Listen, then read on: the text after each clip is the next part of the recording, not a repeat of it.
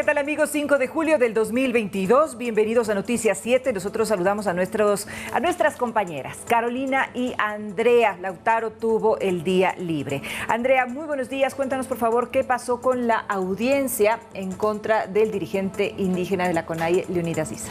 Hola, ¿qué tal? ¿Cómo estás, Vero, Carolina, amigos quienes nos sintonizan a esta hora de la mañana aquí en Noticias 7? Así es, el día de ayer se realizó en Cotopaxi, pero se declaró fallida y pasa a la Corte Constitucional para que se analice un pedido puntual. Aquí les tenemos los detalles. Estaremos pendientes entonces del desarrollo de esta noticia, Andrea. Mientras tanto, Carolina, el Consejo Nacional Electoral ya tomó una decisión sobre los procesos de revocatoria del mandato del presidente de la República, Guillermo Lasso, tomando en cuenta que esta es una medida que se encuentra en la Constitución y que se realiza de una forma, digamos, habitual. Así es, hola, ¿qué tal, Vero, André, amigos televidentes y radioescuchas? El CNE decidió no entregar los formularios para la revocatoria del mandato porque alegó que los solicitantes no presentaron las pruebas que sustenten el supuesto incumplimiento de funciones del presidente, además de otras ilegalidades. Nosotros les vamos a contar más adelante. Perfecto, entonces nosotros hacemos una invitación también para que nos puedan sintonizar a través de www.eltelegrafo.com.es, Pública FM y a través de nuestras redes sociales. Iniciamos.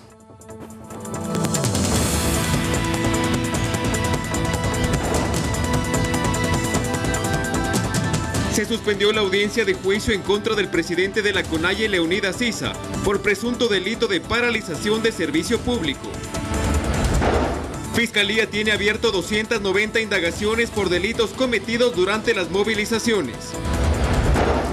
Segunda vicepresidenta de la Asamblea, Yesenia Guamaní, solicitó la nulidad del proceso de la denuncia en su contra. En lo internacional, tiroteo durante la celebración del 4 de julio en Estados Unidos deja 6 muertos y al menos 30 heridos. En los deportes, la pesista ecuatoriana Neisy Dajomes rompió récord en los Juegos Bolivarianos.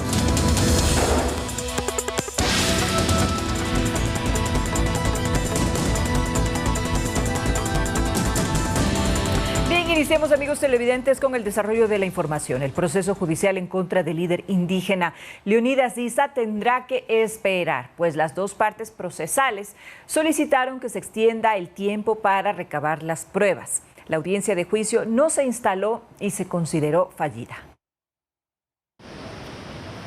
Coincidencias.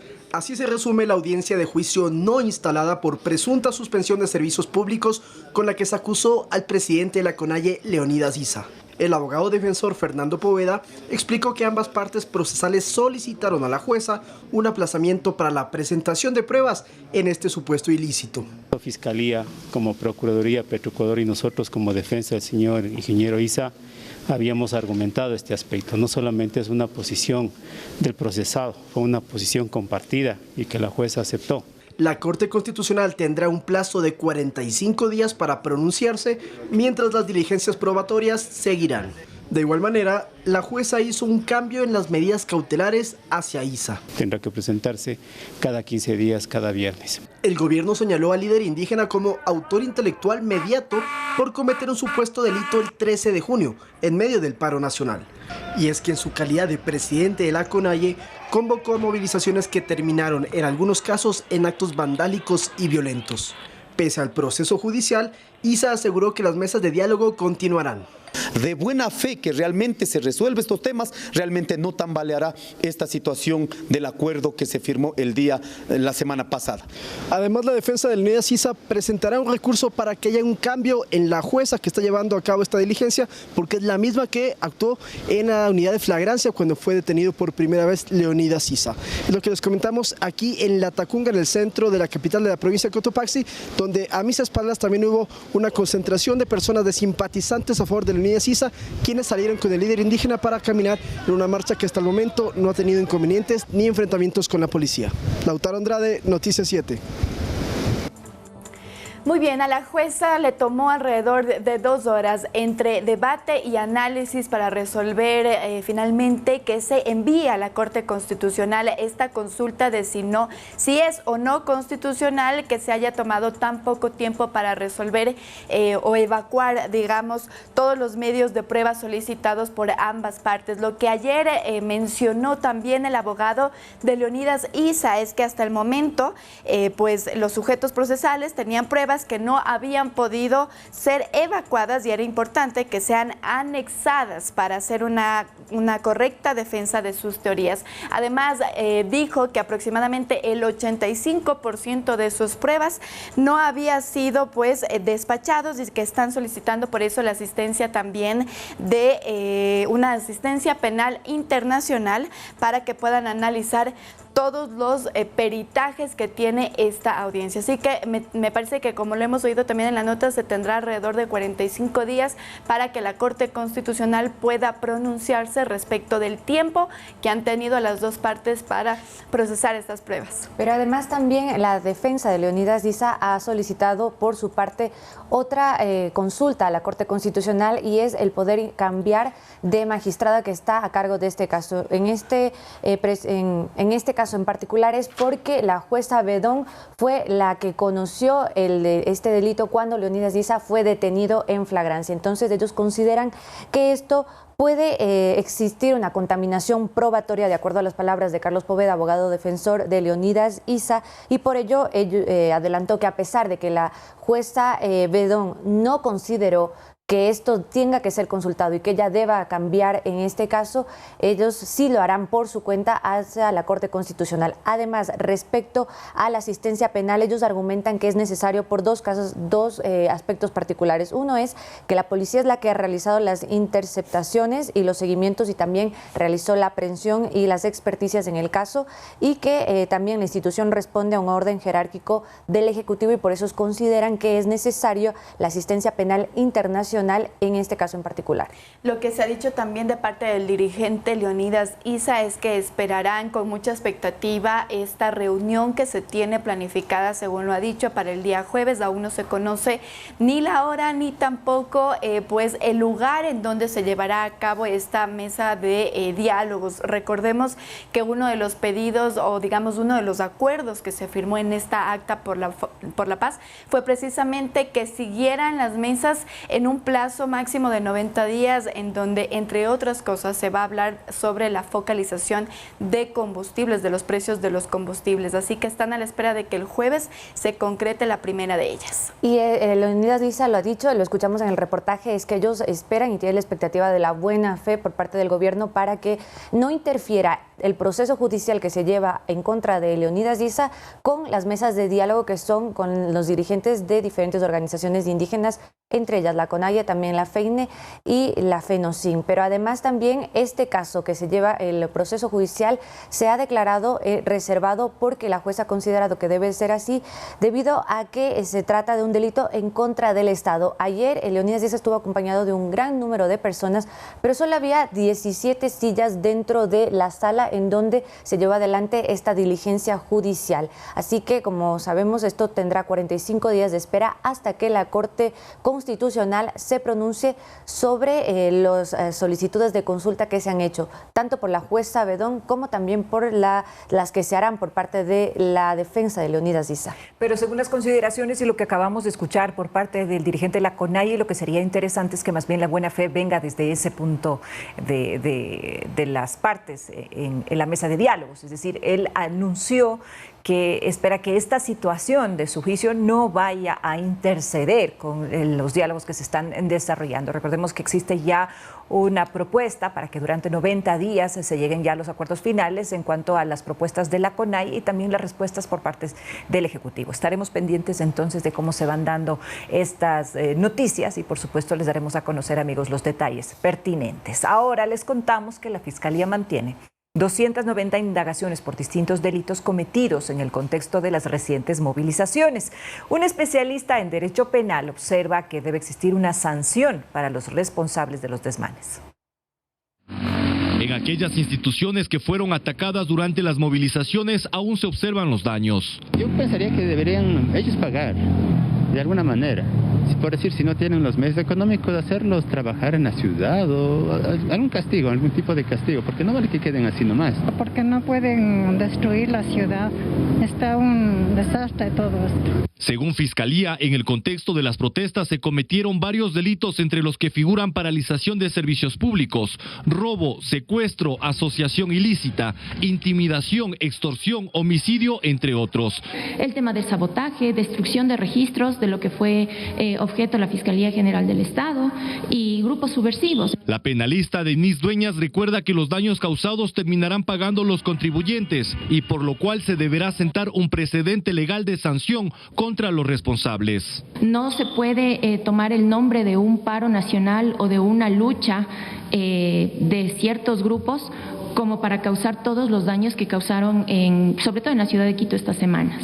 Es el caso de la Agencia Metropolitana de Tránsito, que tan solo en Quito registró 7.884 fotomultas y entregó otras 1.610 citaciones. En total se sancionó a 9.494 conductores. En cambio, la Policía Nacional investiga la participación de extranjeros durante las protestas. Gente que se infiltra, gente que no tiene nada que ver con estos eventos. Inclusive nosotros hemos podido evidenciar que son gente de otras nacionalidades las que estarían inmersas dentro de estos actos delictivos. Los responsables de los delitos cometidos durante los 18 días de movilizaciones ahora se enfrentan a sanciones que van desde 1 a 7 años de prisión según el delito o su grado de participación. Así es, como escuchamos, 290 procesos judiciales que se han abierto en estos 18 días de paro. Para recordarles cuáles son los presuntos delitos que más investigan en este caso, pues tenemos la paralización de servicio público, daño a bien ajeno, ataque o resistencia, robo, tenencia de armas, pero también se ha contabilizado o se están investigando presuntos secuestros, lesiones, terrorismo, homicidio e intimidación. Estos entre algunos de las figuras legales que se han registrado durante los 18 días de paralizaciones y que Fiscalía ha dicho se están investigando. De los 290 casos, 261 se encuentran en fase reservada de investigación previa y 29 en instrucción fiscal. Solo hasta el 25 de junio se tenían abiertos 54 procesos penales por ya los delitos que ha detallado Carolina, y esto también se hacía una comparación respecto del 2019, en donde en los 11 días que pues también hubo el paro nacional, en ese entonces fueron 474 los procesos abiertos penalmente en ese entonces. Además, hasta el 24 de junio, que es el último dato, la policía presentó 23 denuncias por actos violentos, y entre ellos debemos recordar el acto que se suscitó en la ciudad de Puyo, en donde falleció una persona luego de que una turba enardecida pues también realizara actos vandálicos en esa ciudad. Además, también se está investigando lo que ocurrió en San Antonio de Pichincha, además de Xuxufindi, en donde en los dos lugares respectivamente se atacó también a convoys que estaban movilizando el uno combustible y el otro alimentos también. Y así es, justamente estos casos que están abiertos también y que se está investigando a los funcionarios de tanto Fuerzas Armadas como de la policía, están en el COIP. Se establece una pena privativa de 10 a 13 años si se comprueba que un servidor de las Fuerzas Armadas o policía hace el uso progresivo o racional de la fuerza, pero produce la muerte de una persona. Además, en el caso, por ejemplo, de una paralización de un servicio público, que es uno de los delitos que tienen más investigaciones, pues la pena privativa de libertad es de 3 a 10 años de cárcel y de 1 a 3 años de prisión en el caso de que haya daños a bienes públicos. Esto, entre otras cosas, son las penas que establece el COIP para algunos de los delitos que están siendo investigados por los 18 días de paralización. Ahora, si es que se hace un análisis acerca de cuáles fueron los incidentes y en qué provincias se suscitaron la mayor cantidad de incidentes, vemos que, de acuerdo con las cifras de la Fiscalía General del Estado, se registran más casos en Pichincha, son 54 casos los que en este momento se están investigando, seguido de Chimborazo, 31 casos, en Cotopaxi, 27, en Azuay, 25, y lo que llama la atención, compañeras y amigos televidentes, es que en la provincia del Guayas tan solo se registran 6 casos denunciados en la Fiscalía General del Estado. Hay una desigualdad bastante importante entre lo que que sucedió en Guayas frente a lo que ha sucedido pues, en la provincia de Pichincha, por ejemplo, donde se encuentra la mayor cantidad de casos que están siendo procesados en este momento por parte de la Fiscalía. Y en cuanto a los delitos que se indagan, la mayor cantidad de denuncias se concentra precisamente en el hecho de la paralización de un servicio público, con 106. Le sigue daño a bien ajeno, con 35 casos. Ataque o resistencia, 25 casos. Llama la atención también que disminuye un poco la denuncia de lo que son los robos y porte de armas, secuestro 14, lesiones 9, terrorismo 7 y homicidio 5. Esas son las cifras que se están manejando en cuanto a las denuncias que se están procesando de oficio en la Fiscalía. Y ahora les contamos que la segunda vicepresidencia de la Asamblea Nacional, o de la segunda vicepresidenta de la Asamblea Nacional, Yesenia Guamaní, solicitó la nulidad del proceso de la denuncia en su contra, pues aseguró junto a su defensa legal que existe una serie de vicios procesales. Más de 10 irregularidades al debido proceso contabilizó la defensa legal de la asambleísta de Izquierda Democrática y segunda vicepresidenta de la Asamblea, Yesenia Guamaní. No hay juez imparcial, violaciones a la Constitución de la República, prueba sorpresa, no existe igualdad de armas, no hay secretario.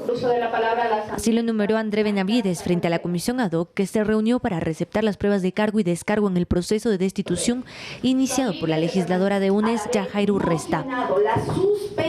Según Urresta, Guamaní incumplió funciones cuando mocionó hacer una consulta a la Corte Constitucional sobre el proyecto derogatorio de la ley tributaria. Y los asambleístas tenemos esa atribución y facultad de mocionar, eso sí, en situaciones que estén apegadas a la Constitución y a la ley que nos rige. Sin embargo, la defensa de Guamaní asegura que dicho incumplimiento no existió.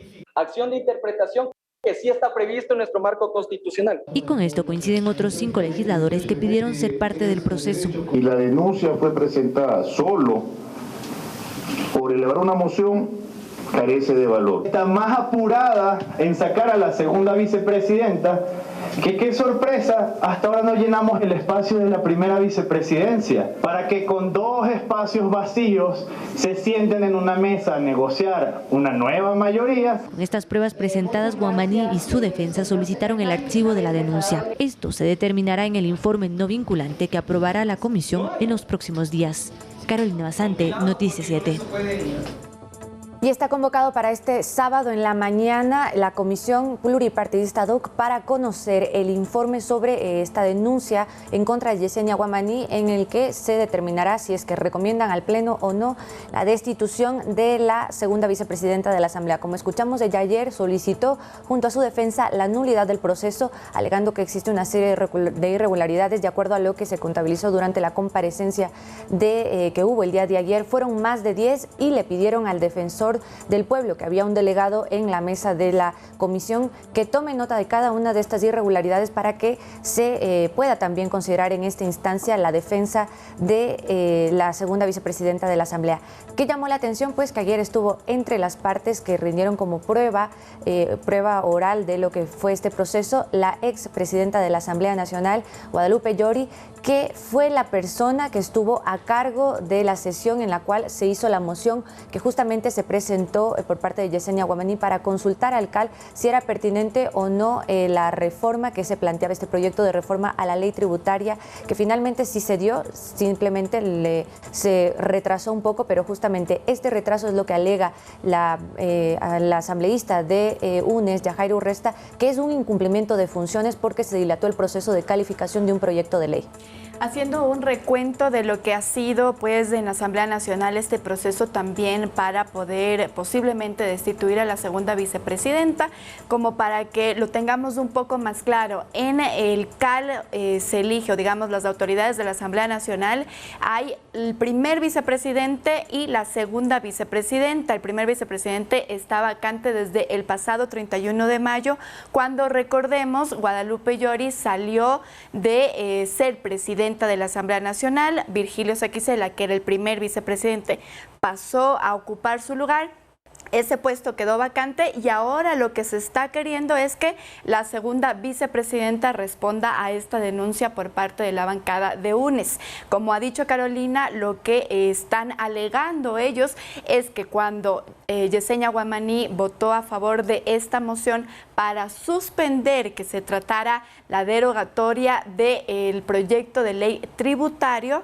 pues cometió una falta. Eso es lo que asegura la bancada de UNES. Sin embargo, como hemos escuchado, el abogado de Yesenia Guamaní, André Benavides, ha dicho que hay vicios de inconstitucionalidad dentro de este proceso. Los del Numera dice que hay 10 aproximadamente, Caro. Así es, uno de ellos, y decía, es que, por ejemplo, no existe un secretario dentro de la comisión. El secretario de cada una de las comisiones legislativas tiene que ser puesto por la presidencia de la Asamblea, y en este caso, como no hubo en la primera sesión o en la segunda sesión realmente, pues se decidió internamente, y esto también constituiría un vicio de ilegalidad. Pero además también hay otro argumento que se usa aquí para poder, para mencionar que no tiene sustenta esta denuncia, y es que en el caso, por ejemplo, recuerden ustedes, compañeros y amigos televidentes, que cuando se trató del veto a la ley de interrupción voluntaria del embarazo, a la ley de aborto por violación, la Comisión de Justicia solicitó a la Corte, envió a la Corte Constitucional, luego de ser aprobado por el Pleno de la Asamblea, para que sea la Corte la que trate el veto y se pronuncie sobre el veto presidencial, diciendo que tiene vicios de inconstitucionalidad. Esto, sin embargo, fue devuelto por la Corte Constitucional, mencionando que no era competente en esa parte del proceso, sino que era solo competencia de la Asamblea. En este caso hubo una moción para consultar a la Corte Constitucional, lo mismo que ocurre en este caso. Hay una solicitud de interpretación a la Corte Constitucional de acuerdo al proceso, y en ese caso Yajaira Urresta, que es miembro de la Comisión de Justicia y que es quien denuncia a Yesenia Guamaní, votó a favor de un proceso, y pues en el otro proceso ella es la que denuncia y dice que existe un vicio de legalidad.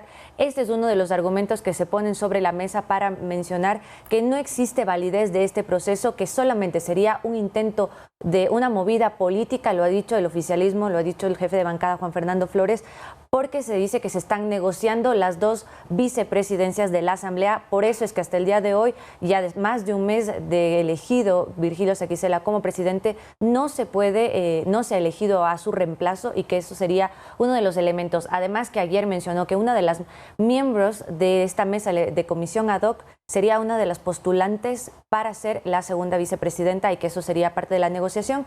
Como decimos, esto tiene que decidir en el Pleno, y esto se conocerá el día sábado, cuando la comisión vote y decida si recomienda o no al Pleno la destitución de la vicepresidenta Yesenia Guamaní.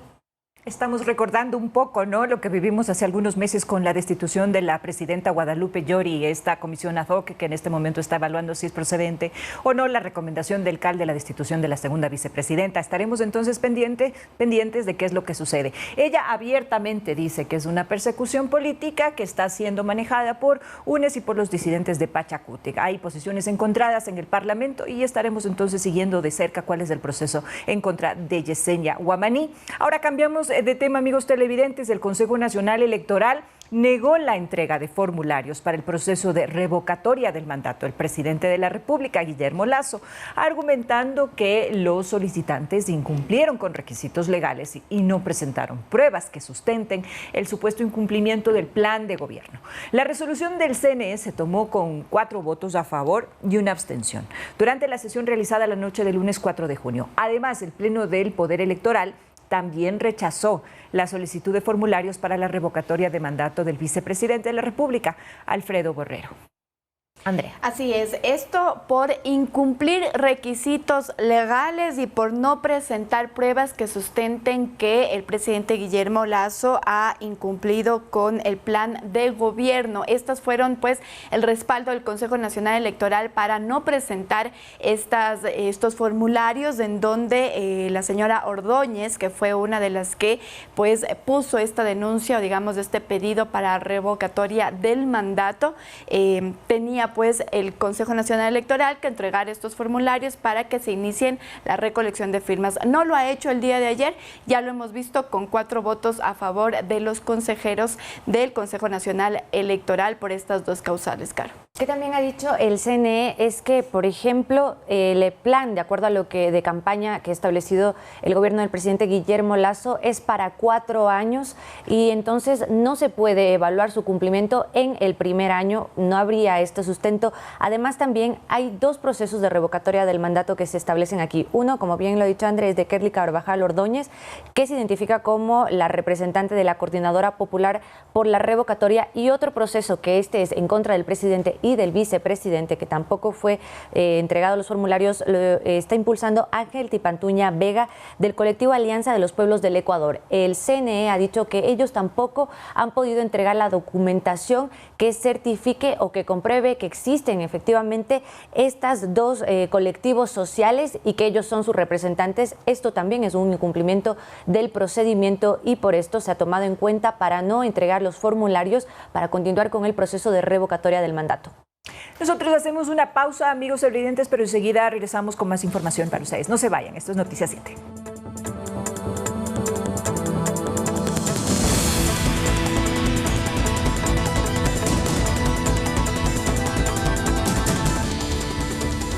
Síguenos en nuestras redes sociales, Facebook, Instagram y Twitter.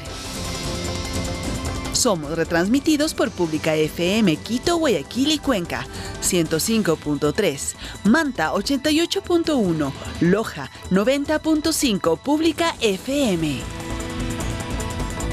Seguimos informando, amigos televidentes, en esta mañana. Atención, en el corredor sur occidental, varias cooperativas de transporte actualizaron su tarifa a 35 centavos, luego de pasar los estándares establecidos por el municipio de Quito. Tenemos una nota para que usted conozca más detalles al respecto. Veamos. Las operadoras del corredor suroccidental actualizaron la tarifa del pasaje previo al cumplimiento de los parámetros e índices de calidad, según un boletín emitido por la Secretaría de Movilidad del municipio de Quito. Para la obtención de la autorización de la tarifa, las operadoras se sometieron al proceso de evaluación, conformado por los siguientes niveles: estratégico táctico y operativo logístico, cuyos ámbitos de acción son confiabilidad, seguridad, comodidad, accesibilidad, productividad y eficiencia. La actualización, según algunos usuarios, no fue socializada y los tomó por sorpresa. ¿Usted sabía que sí iba a ser esta alza? No, o sea, de hecho decían que en ciertas paradas cobraban eso y en otras no, pero la verdad ahora todo el mundo ya está cobrando los 35 centavos sin haber mejoría en el transporte. Por el sur yo pagaba 25 centavos, ahorita hasta 35 centavos están cobrando y ahora de mañana, sorpresa, ya cobró 35 centavos. Además, comentaron que no han visto una mejora en el servicio. Yo le veo igual porque yo no veo nada mejor. Quisiera que se mejore para poder pagar 10 centavos más, pero que se mejore el servicio. ¿Qué cosas le faltan al servicio para que sea mejor? Y a veces mucho pasajeros, exceso de velocidad, a veces todo eso, entonces eso no sería tan bueno para eso. Que por ejemplo es lo que es la falta de control, la delincuencia que se sube prácticamente, los choferes los conocen y los permiten, la maleducación de los transportistas igual, no hay control totalmente en ese sentido.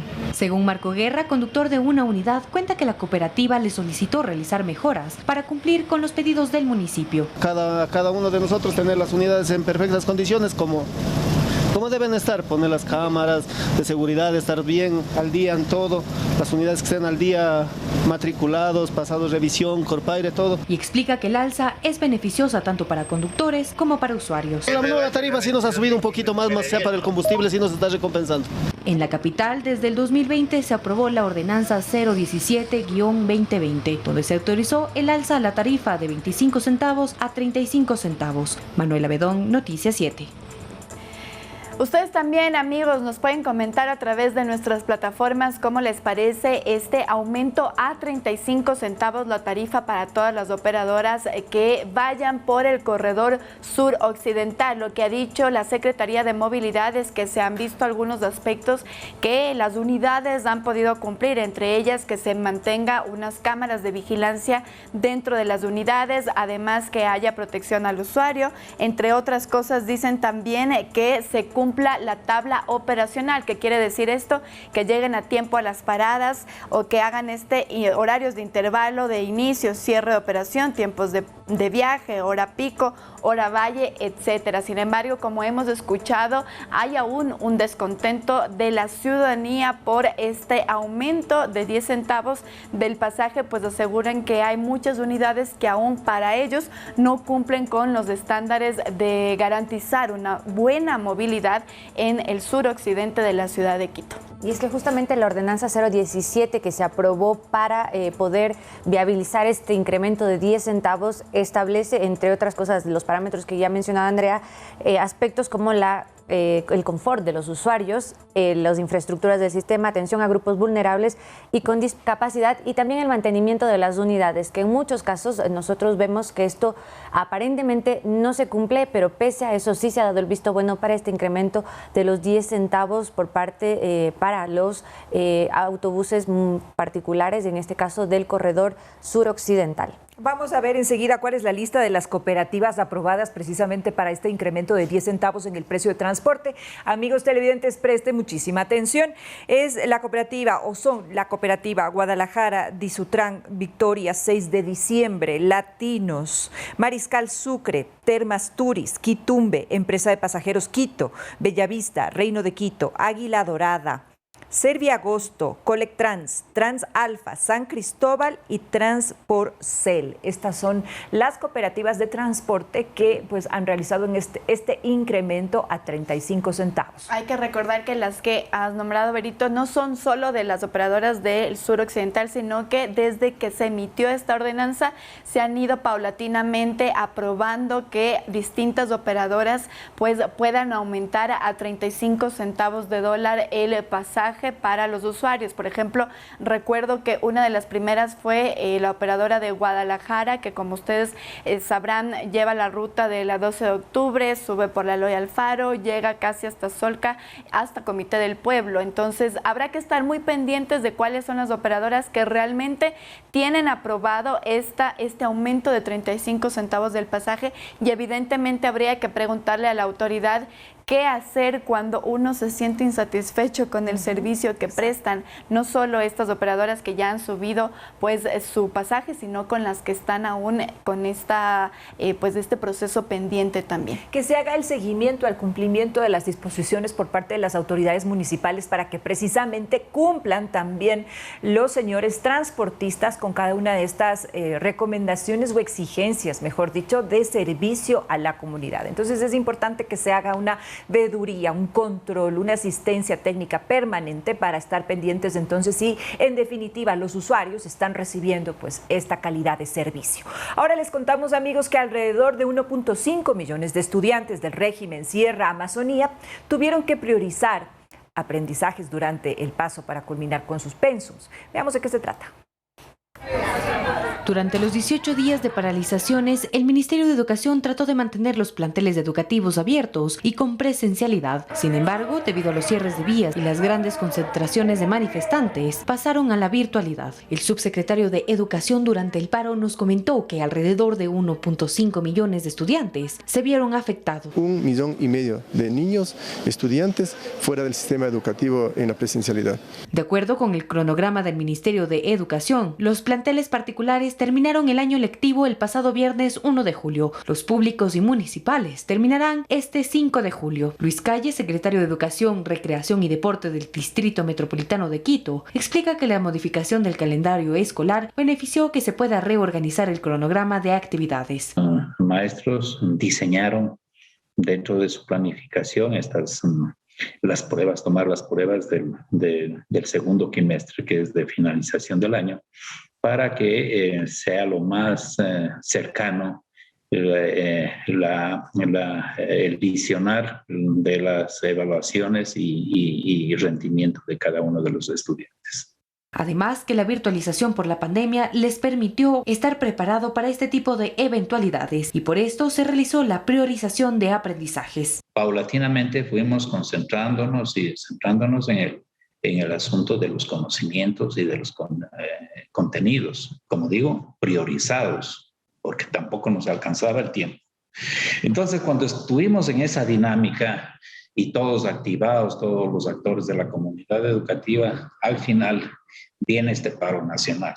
Nuevamente nos desarticulamos, pero de alguna manera nosotros teníamos esta alternativa. Este lunes 4 y este martes 5 de julio son los últimos días de clase en el régimen Sierra Amazonía, los cuales se dan con presencialidad. Según Calle, no es para adquirir conocimientos, pero sí para que los jóvenes se despidan de sus compañeros. Con un aditamento especial que necesitan los chicos despedirse, interactuar estas últimas horas del año lectivo. Entonces esto también nos motivó para hacer todos los posibles y regresar a la presencialidad.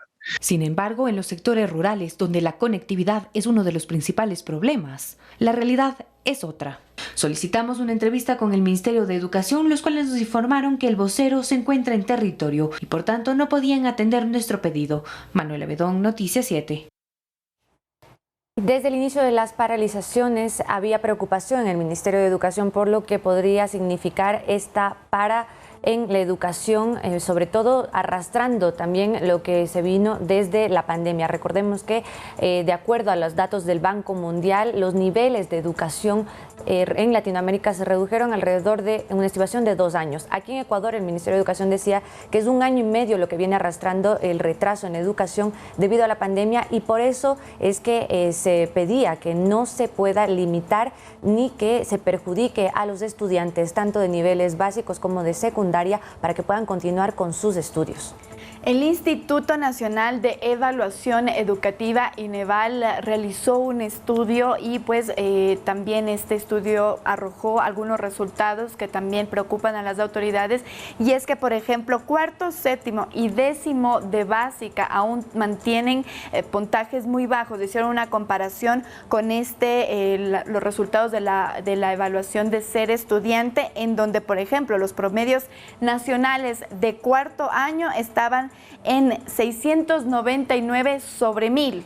Además, el 10º de básica en 698 sobre 1000, que se ubican entre los más bajos del rendimiento académico, y esto precisamente por lo que ha dicho Carolina, por el efecto que ha tenido no solo ahora estos 18 días de paro, sino desde la pandemia, en donde los estudiantes tuvieron que acoplarse a la virtualidad para recibir clases. Sí, pero uno de los problemas también fundamentales, compañeras y amigos televidentes, sin duda alguna, es el tema de la conectividad. Existen muchas zonas en el país, sobre todo en el área de la ruralidad, donde los medios digitales no tienen un sistema de conectividad muy adecuado. Entonces esto perjudica muchísimo la educación de los jóvenes. Y las cifras son realmente alarmantes frente a cuántos planteles educativos se cerraron en estos 18 días de paro nacional. Vemos que son más de 6.005 planteles que se cerraron, que no pudieron atender a sus estudiantes de manera presencial del 23 al 25 de junio. Sumado a este problema que estamos mencionando de la falta de conectividad, por ejemplo, en la provincia del Cañar, se notó que hubo mucha ausencia de tecnología y en ese sentido los estudiantes se vieron perjudicados. Karina. Pero también otro aspecto que se ha tomado en cuenta en el tema educativo durante la pandemia es que no se retrase las mesas técnicas y de diálogo que se estaban llevando a cabo entre docentes, el gremio de los docentes y el Ministerio de Educación, para poder concretar ya finalmente este reglamento para la aplicación de la Ley de Educación Intercultural. Esto han dicho, no se ha detenido, se está trabajando en esto. Esta norma establece, entre otras cosas, recuerden ustedes, el escalafón de los salarios de los docentes que tanto ha sido exigido por este gremio de trabajadores. Y ahora nosotros hacemos una pausa, amigos televidentes, y enseguida regresamos porque tenemos más información para ustedes aquí en Noticias 7.